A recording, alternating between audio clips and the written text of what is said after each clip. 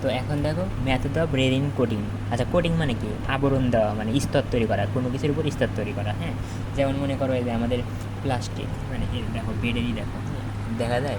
আচ্ছা বেড, হ্যাঁ, বেড লোহাটা কিন্তু এরকম ছিল না। হ্যাঁ, লোহার উপরে এই যে রং দ্বারা পেন্টিং করছে, মানে রঙের একটা আবরণ দিয়েছে না, এই আবরণ দেওয়াটাকে আমি বলতেছি কোটিং। হ্যাঁ, তো রেজিন কোটিং মানে কি? রেজিন দ্বারা আমি কী দেবো? ইন্টারলাইনিংয়ের উপর আস্তরণ তৈরি করবো, মানে আচ্ছা দেখো আমরা এটা কি ইন্টারলাইনিং, এটা ইন্টারলাইনিং, এর উপর কী করি? রেজিন দিই না। এখন রেজিনটা আমরা বিভিন্নভাবে দিতে পারি, পেস্ট আকারে দিতে পারি, ডট আকারে দিতে পারি, আর বিভিন্ন আকারে দিতে পারি। মানে আমি অর্থাৎ আমি resin coating, method of resin coating দ্বারা বোঝাচ্ছি আমি তো রেজিনটা ইন্টারলাইনিংয়ের উপর দিব, কিন্তু কীভাবে দিব? ডট আকারে দিব নাকি রেজিনটা ডট আকারে দিব নাকি পেস্ট আকারে দিব, এভাবে মানে কীভাবে আমি কোটিং দিব। মানে রেজিন দিয়ে তো আমরা কোটিং দিই, কিন্তু কীভাবে দিব আর কি। হ্যাঁ, এটাই বোঝাচ্ছিল মেথড অফ রেজিন কোটিং। হ্যাঁ, তো দেখো প্রথমটা হলো ড্রাই ডট কোটিং। ডট মানে পয়েন্ট বা ফোঁটা, যেটা দেখলাম এই দেখো ডট, এই রেজিনগুলো কি ডট আকারে আছে, রেজিনগুলো ডট আকারে আছে। হ্যাঁ, এই জন্য বলছি ড্রাই ডট কোটিং। তো এখানে এখানে কী করা হয় দেখো, firstly resin powder is applied on base fabric. মানে আচ্ছা বেস ফ্যাব্রিক বলতে এখানে মানে দেখো ইন্টারলাইনিং কি, ফ্যাব্রিক দ্বারা কিন্তু ইন্টারলাইনিং তৈরি করা হয়, সাধারণত ফ্যাব্রিক দ্বারা ইন্টারলাইনিং তৈরি করা হয়। এটা মনে করো আমার কাপড়, এটা হলো আমার ইন্টারলাইনিং। তার প্রথমে কী করবো? প্রথমে ইন্টারলাইনিং মানে কাপড়ের উপরে আমরা কী করি? রেজিন দিই। কাপড় প্লাস রেজিন, তাকে কিন্তু আমরা তোমার কী বলতেছি? তাকে আমরা ইন্টারলাইনিং বলতেছি। তো সমস্যা নেই, তো কাপড় বলতে বেস ফ্যাব্রিক, মানে যার সাহায্যে আমরা তোমার ইন্টারলাইনিংটা তৈরি করতেছি তাকে বেস ফ্যাব্রিক বলতেছি। সমস্যা নেই, তুমি বেস ফ্যাব্রিককে ইন্টারলাইনিং বলতে পারো, কোনো পেইন নেই। কিন্তু আসলে হলো base fabric plus resin equal to তোমার ইন্টারলাইনিং। তো সমস্যা নেই, বলার জন্য কোনো সমস্যা নেই। Resin powder is applied on base fabric. Base ফ্যাব্রিকে তুমি রেজিনের পাউডার, মানে পাউডার তো জানোই, গুঁড়া দিলা, গুঁড়া জিনিস দিলা। তারপর কী করবে? Is pass through the oven. তারপর কী করবা? ওই যে একটা মানে ওভেন বলতে কি, চুলা, মানে তাপ দেওয়ার একটা যন্ত্র, আর ভিতর দিয়ে পাস করাবা, মানে প্রবেশ করানোর ফলে দেখবা রেজিনটা গলে গেছে। হ্যাঁ, তারপরে by the help on pressure, মানে প্রেশার রোলারের কারণে রেজিনটা গলে দেওয়ার পরে তুমি যখন প্রেশার রোলারের সাথে চাপ দিবা, তখন ওই রেজিনটা ওই ফ্যাব্রিকের সাথে, মানে বেস ফ্যাব্রিকের সাথে আটকে যাবে। এই তো আটকে এরকম হবে। তার মানে তুমি প্রথমে এই বেস ফ্যাব্রিকের উপরে কী করবা? রেজিনটা পাউডারটাকে দিবা। তারপরে একটা মানে পাত্রের মতো আর কি, ওভেনের ভিতর দিয়ে প্রবেশ করাবা। হ্যাঁ, বক্সের মতো আর কি, ওভেনের ভিতর দিয়ে প্রবেশ করাবা, মানে ওখানে হিটিং জোন আছে, ফলে ওই পাউডারগুলো গলে যাবে। গলে দেওয়ার পর কী করবা? রোলারের সাথে চাপ দিলে পারে ওই রেজিনগুলো আটকে যাবে।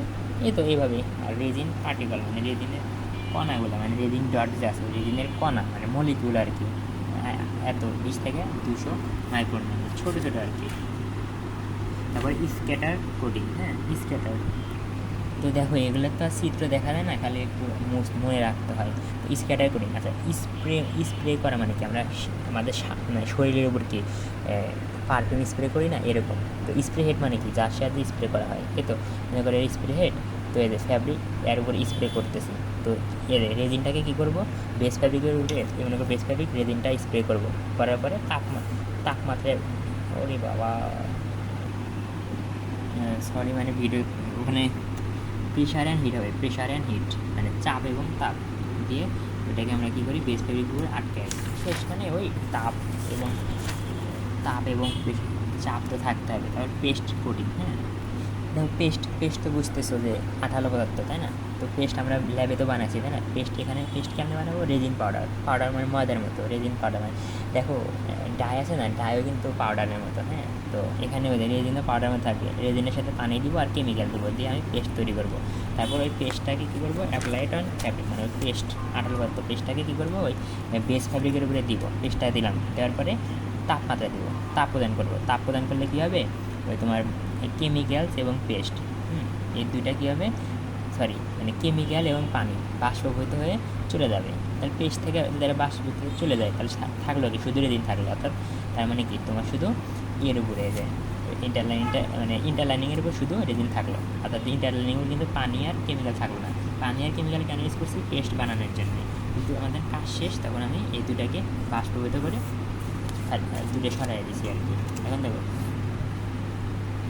এখন হলো ফিল্ম কোটিং। হ্যাঁ, ফিল্ম মানে তো বোঝোই যে আসলে ফিল্ম মানে কি? আবরণ, পাতলা আবরণ। হ্যাঁ, মানে এটা একটু ফিল্ম বলতে পারো, যে কাগজটাকে যদি ফিল্ম মানে ফিল্ম এরকম মানে একদম চিকন পাতলা একটা জিনিস, এটাকে আমি বলি ফিল্ম। হ্যাঁ, এই ফিল্মটা কী দ্বারা বানাবো, রেজিন দ্বারা বানাবো আর কি। হ্যাঁ, আচ্ছা, তো resin is melted by temperature, মানে তাপমাত্রার সাথে রেজিনকে গলাবো, বললে কী করবো, তোমার গলাবো, মানে গলাবো, তারপরে বিভিন্ন মেকানিজম আছে, ওর ফলে কী হবে, রেজিনটা একদম চিকন ফিল্ম আকারে ফিল্মের মতো হবে, হওয়ার পরে কী হবে, ওই যে এই তোমার বেস ফেব্রিকের সাথে লেগে যাবে আর কি। মানে দেখো রেজিনটা ডট আকার থাকতে পারে, কিন্তু এখানে রেজিনটা ডট আকার না থাকতে থাকবে, রেজিনটা তোমার ওই ফিল্ম আকারে, মানে এর উপর একটা পাতলা পর্দা হিসেবে থাকবে আর কি।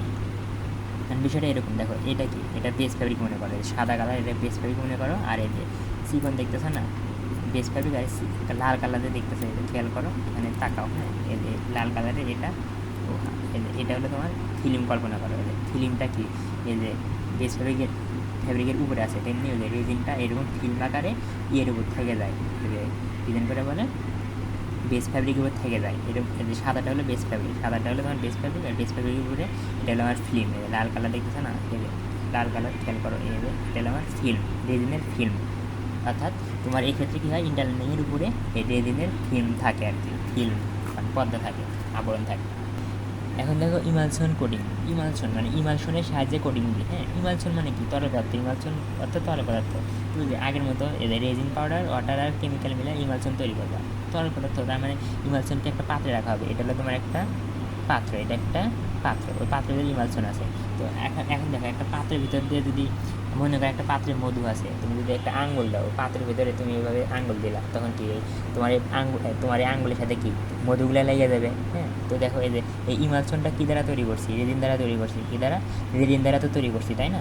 তো আমি যখন এই বেস ফেব্রিকটাকে এই পাত্র মানে এই পাত্রের ভিতর দিয়ে পাস করাবো, মানে এর ভিতর দিয়ে নিয়ে যাবো, মনে করো এই পাত্রের ভিতর দিয়ে এই সাইড দিয়ে ঢুকায় ওই সাইড দিয়ে বের করে নিলাম, তার মানে কি আমার বেস ফেব্রিকের সাথে রেজিন লেগে গেলো। তো দেখো আমরা তো চাই যে বেস ফেব্রিকের সাথে রেজিন লাগাতে হবে, তাই না, লেগে গেলো, কাজ শেষ।